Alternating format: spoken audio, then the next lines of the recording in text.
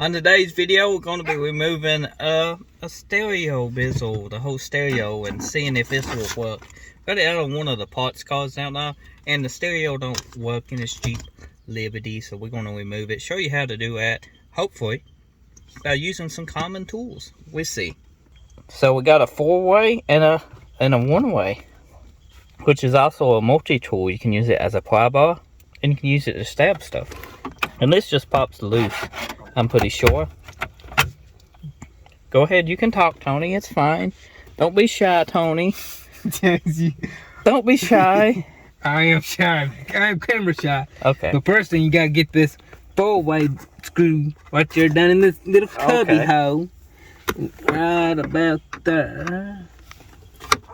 Can you hit the hole, Tony? Oh yeah, I can hit the hole. Can you? Got rough though.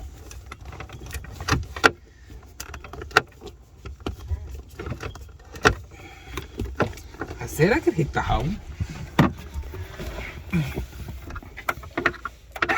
Gotta get down where I can see the hole.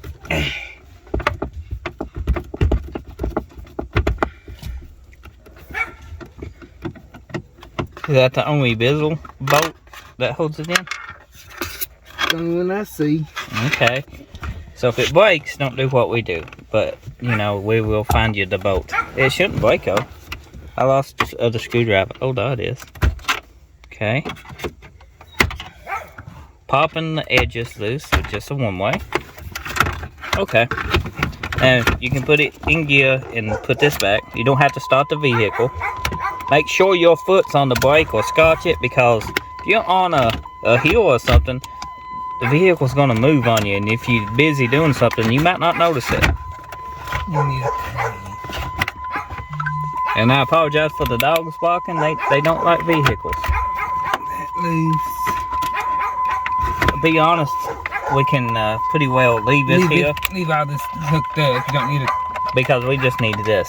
But if you want to remove this, you just unplug everything and it'll come right out. Now this is held in with 4 ways, 4 of them. Went ahead, we moved the 4 bolts. They just fill up head screws. Now this will pull straight out.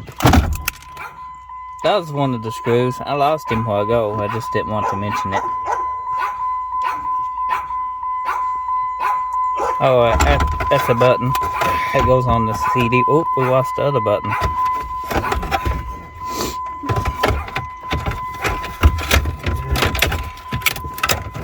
Hey. It's plugged in, Tony. Oh, there's a little tab. Get under the antenna, boy. Get you any slack.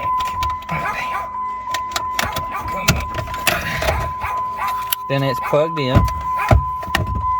And it's got a tab. You can just unplug the tab.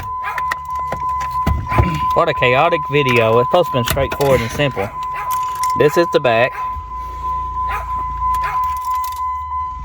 I hear stuff in it. That ain't a good sign. Does this plug in, Tony?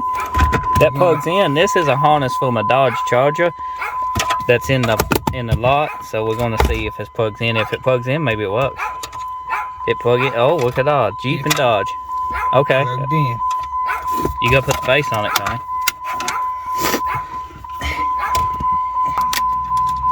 It flaps. No, don't. Yep.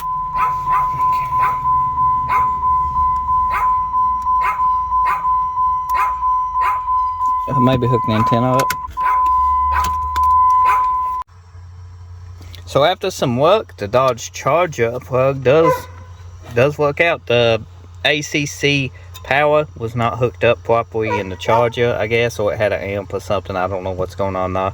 So the purple wire runs into the red wire, and once we give it full-time power, we good. It just, the way we got it at the moment, it won't go off with the key, so you have to manually turn it off, you know. So, you would buy an aftermarket bracket to put in this to hold the CD player steady. We ain't got that at the moment, but we got an aftermarket CD player, and it's hooked up actually the way it should be. And we're going to install a screw back, and it works. Ain't that cool? It's that simple. So hopefully you enjoyed this mess of a video. If you found it helpful, drop a like, leave a comment. I'm trying to get the key out. Oh, it helps if we put it in park. But drop a like, leave a comment, and I'll see you next time. Thanks for watching. Sorry about the dogs barking. Maybe, you know, I need to work in a different place. We could have did it downstairs. Well, down at the shop, downstairs. God, it's been a long day. But we didn't. We did it next to the dogs, and they hate vehicles. So, you know how it is if you own dogs. Thanks for watching. See you next time. New, get subscribed. Thank you again.